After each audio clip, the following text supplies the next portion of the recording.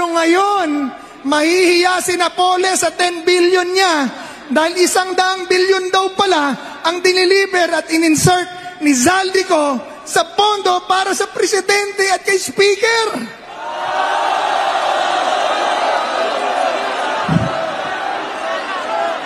Noong 2013, noong akin pong pangunahan, ang pagsasampa ng kaso at pagkikwestiyon ng legalidad ng pork barrel system, PDAF at DAP, kasama ko na po ang Iglesia ni Cristo.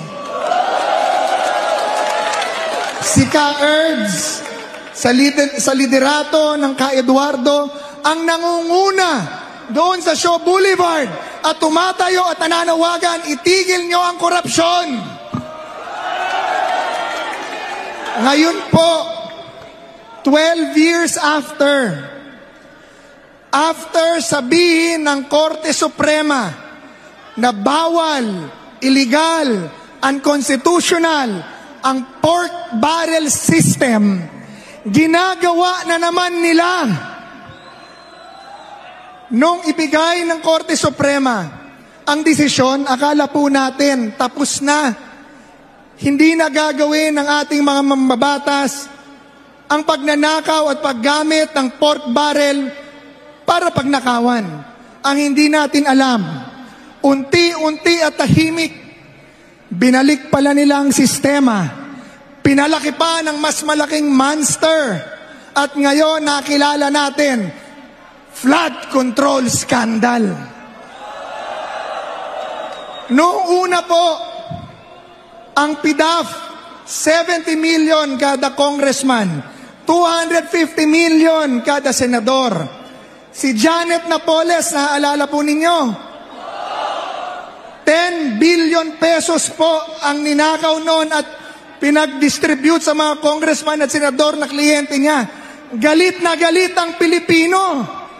Pero ngayon, mahihiya si Napoles sa 10 billion niya dahil 100 billion daw pala ang diniliver at in-insert ni Zaldico sa pondo para sa presidente at kay speaker.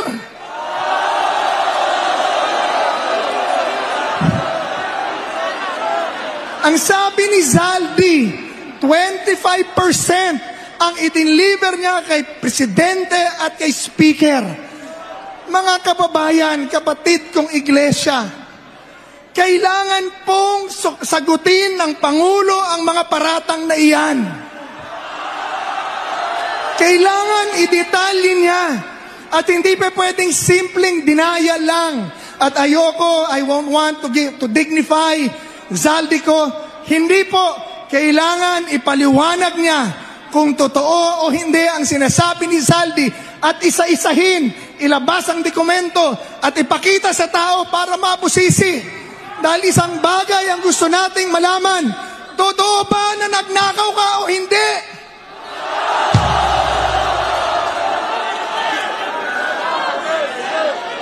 Mga kababayan ko Pilipino, naghihirap ang Pilipinas.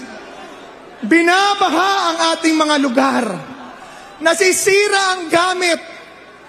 Sa laki ng korupsyon, nag-aalisan ng mga investor na mumuhunan at negosyo, nawawalan ng trabaho ang Pilipino.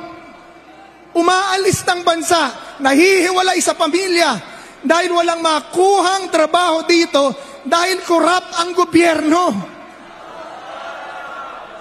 Pagkatapos, malalaman natin na halos or mahigit 1 trilyong piso na pala ang napupunta sa maanumalyang flood control funds. Kaya habang nalulunod, binabaha ang humihirap ang Pilipino, yumayaman naman ang yumayaman ng mga korap na politiko.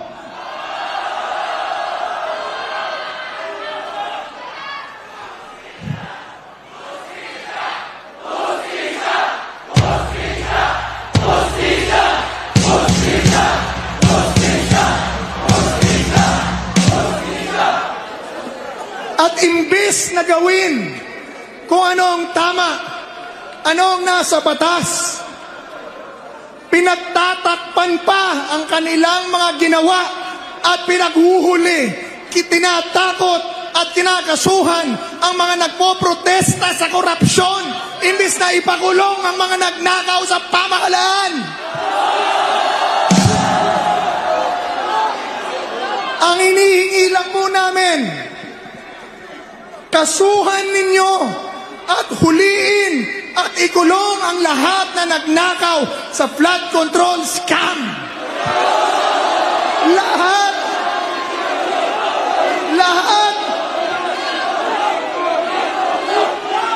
Simple lang po, Ginoong Pangulo. Utusan mo na ang mga kawani ng gobyerno, Korte, Ombudsman, DOJ, NBI, na isampan ang kaso at pagdadamputin na ang mga korap